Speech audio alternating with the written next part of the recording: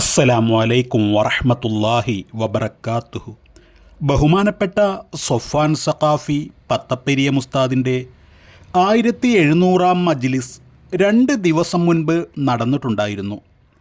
ഉസ്താദിൻ്റെ സുഹൃത്തും അറിവിൻ നിലാവിൻ്റെ അഭ്യുദയകാംക്ഷിയുമായ ചേളാരിയിലുള്ള മുസ്തഫ എന്ന് പറയുന്ന സഹോദരൻ്റെ വീട്ടിലാണ് മജ്ലിസ് നടന്നത്.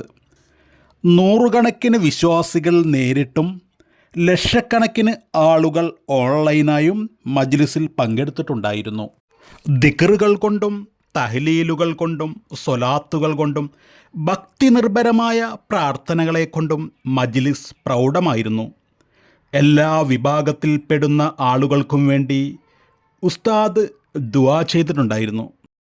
മഹാന്മാരായ മാലിക് ബിൻ ദിനാറും കൂട്ടരും ഈ കേരളത്തിലേക്ക് കൊണ്ടുവന്ന ദീനുൽ ഇസ്ലാമിൻ്റെ ആശയ ആദർശങ്ങൾ മഹാന്മാരായ സ്വഹാബത്തിലൂടെ കൈമാറി, താബിഈങ്ങൾ കൈമാറി, അയിമ്മത്ത് കൈമാറി, നമ്മുടെ മഹാന്മാരായ നേതാക്കന്മാരിലൂടെ തന്നെയാണ്, അറിവിൻ നിലാവ് എന്ന പ്ലാറ്റ്ഫോമിലൂടെ തന്നെയാണ് അഹ്ലുസുന്നത്ത് വൽ ജമാഅത്തിൻ്റെ ആ പാരമ്പര്യം തന്നെയാണ് അഹ്ലുസുന്നത്ത് വൽ ജമാഅത്തിൻ്റെ ആശയാദർശങ്ങൾ ഇവിടെ പ്രചരിപ്പിക്കുന്നത് എന്നും മാത്രമല്ല, ലക്ഷോപലക്ഷം കുടുംബങ്ങളാണ് അറിവിൻ നിലാവ് എന്ന മജ്ലിസിലൂടെ ഖുർആൻ ഓതുന്നതും ദിക്ർ ചൊല്ലുന്നതുമെന്നുമൊക്കെ ബഹുമാനപ്പെട്ട സൊഫ്വാൻ സഖാഫി ഉസ്താദിൻ്റെ പ്രസംഗത്തിലൂടെ കേൾക്കാൻ സാധിച്ചു.